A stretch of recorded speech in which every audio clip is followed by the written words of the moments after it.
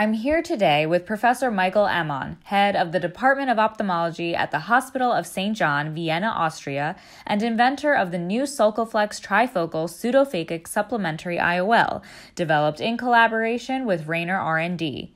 Professor Amon, could you please tell us a little bit about this product? Sure, it's a pleasure. The platform is not new. It's almost 10 years of experience we have with that. It's an additive lens. You put that lens into the sulcus on top of a pseudophakic IOL. So the new thing with that new product is that there is a trifocal optic on top. So a very modern new optical system which enables or should enable the patient to see in 3 different distances. And now let's take a look on the first case of implantation of a trifocal Sulcoflex lens in the world.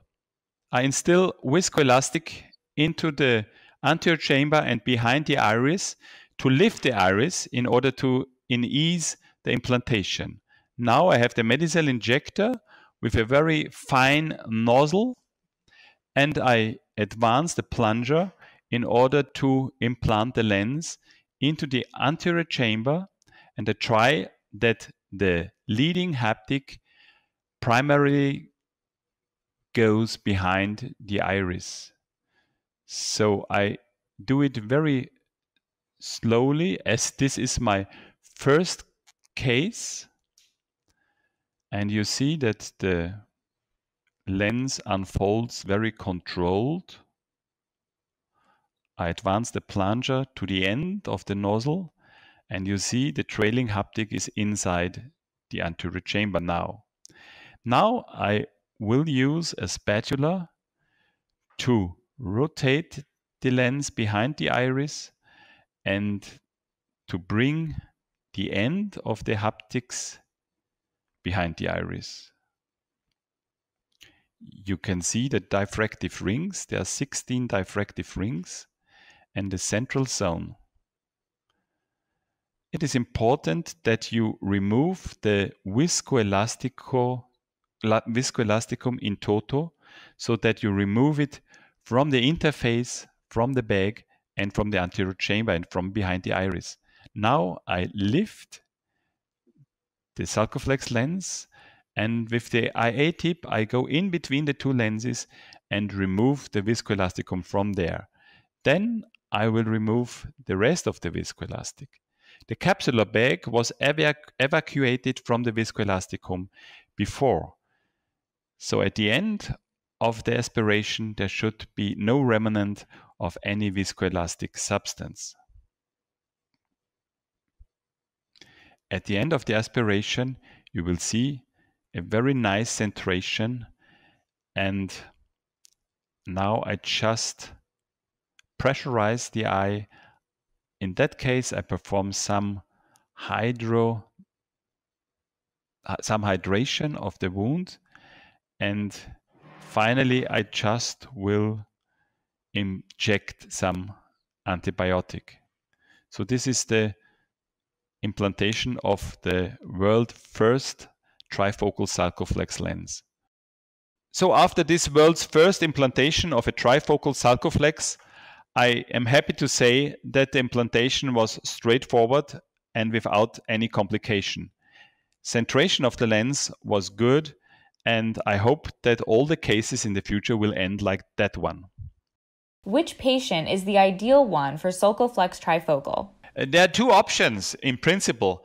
One patient would be the patient with a monofocal pseudophakic IOL inside already, who has the wish to have spectacle independence. So you can secondarily implant a patient this trifocal add-on lens if he has the need to be independent from spectacles. The other indication is the patient who has a cataract or who has a presbyopia, and you would implant that lens in combination to a monofocal lens in the bag.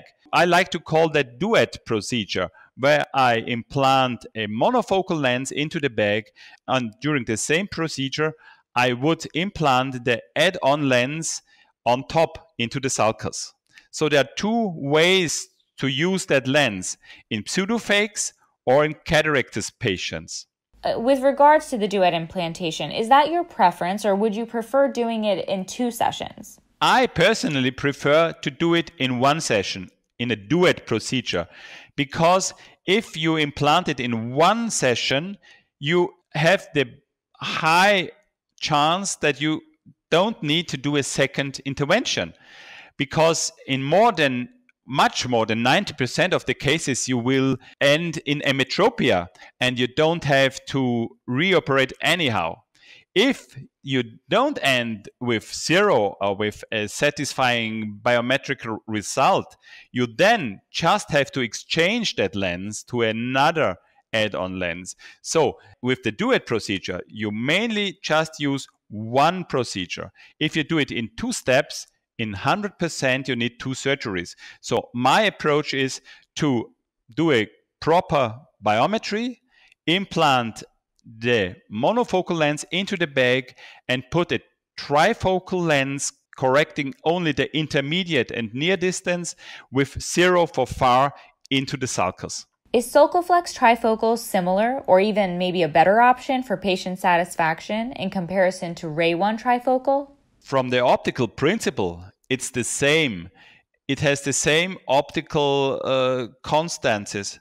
It works as it works with a Ray 1 trifocal lens.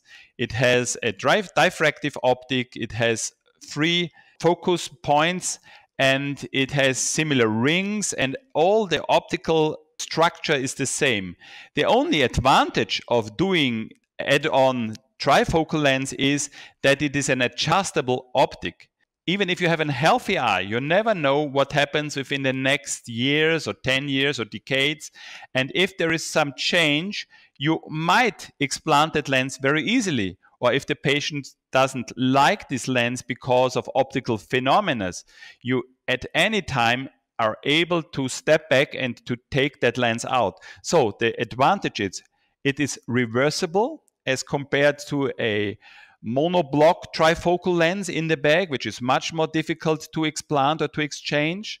And the second interesting thing is we performed a study comparing the centration of a sulcus lens with the bag lens within the same eye. And we realized that centration was significantly better in the sulcus lens. So we might find that the centration of that add-on lens is an advantage as compared to a trifocal in the bag lens. How much time do you usually have to wait after the first implantation to implant a Sulcoflex lens? You don't have to wait weeks. You can straightforward open the wound and implant the lens at any time after the first surgery.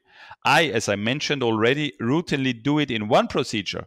But if you do it in 2 procedures, you may wait until there's a stable biometry, let's say after 1 to 2 weeks, and then at any time you may reopen the primary wound and implant the add-on lens on top.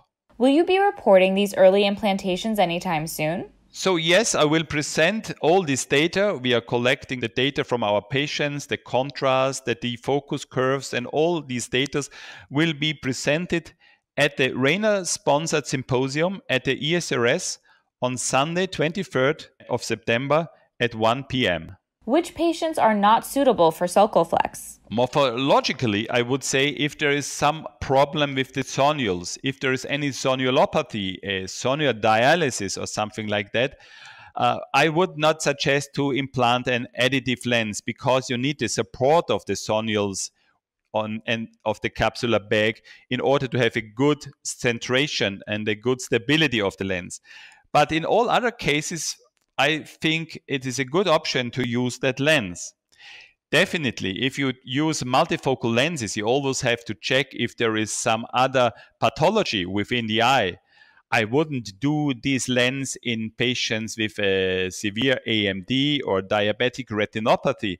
But in general, it has a very similar spectrum of indications as any other multifocal lens. The only advantage, as I mentioned already, is that it is reversible. So if the patient in later times creates some problem within the eye and he needs more contrast or whatsoever, you may step back and exchange that lens. How do you calculate the Sulcoflex trifocal lens power? So if I have a cataract patient, I do a standard biometry, and then I use the proper formula and calculate for the monofocal lens for emmetropia. Then I put this lens into the bag, and on top I put the trifocal Sulcoflex lens with 0 for far distance and the additional diopters. So if it is a pseudophakic patient, you need the spherical equivalent of the patient. So you need his visual acuity with the best spherical and toric correction. So you calculate the spherical equivalent, and from that calculation, you easily may correct the patient so that he becomes an emmetropic patient. There are calculation formulas provided by Rayner, for instance, for that special lens. And with that option, you easily will end up in a promising good result. The good thing with the additive Rayner Sulcoflex lens is that you have quarter steps. So you really may titrate the refraction for the patient exactly. Do you have a preference in which axis of the eye the haptics sit to ensure best stability in the eye? No, I think as we don't use a toric multifocal lens for additive IOLs, I would not mind if the haptic has any position. You don't need to check that, no. Which injector do you like to use? Now I use the Medicel injector, and I'm very happy with it. It has a wide loading base where this quite large lens fits in easily. And then you just close the wings and inject the lens through your incision. The nozzle of that injector, of the Medicel injector, is very narrow. My routine incision is about 2.4 millimeters. Are there any known complications with Sulcoflex? In my hands, I never had any complications besides some pressure rise on the first post-op day. But I think that's not because of the implant itself. But I have heard that in some cases there was an implantation upside down. And I have to say that this is absolutely to avoid it, because if you have an angulation in that Sulcoflex lens, and if you put it upside down, you will create a pupillary block resulting in a secondary glaucoma. And for that reason, it's absolutely mandatory that you implant it in the right way.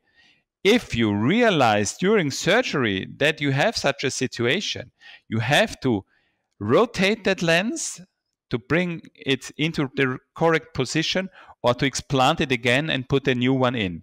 But in my hands, I never had such a complication. Did you implant the previous Sulcoflex multifocal into pseudophakics? And how do you think the defocus contrast will perform with the new trifocal optics? Yes, of course. I implanted the former multifocal lens as a duet procedure and secondarily on pseudophakics, and I was quite happy with that. But I think that the new lens has a lot of advantages as compared to that old model.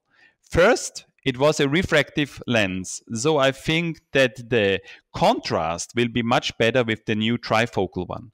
Second, it was a refractive bifocal lens, and now we have a trifocal lens, so we have now a focus on the intermediate distance, and I think it's very important, and it gets more and more important on the intermediate distance, because we use a lot of laptops and cell phones, and for that reason I think trifocal is advantageous as compared to bifocal. So I think there are two main advantages. One is higher contrast, and the second is the defocus curve. Thank you.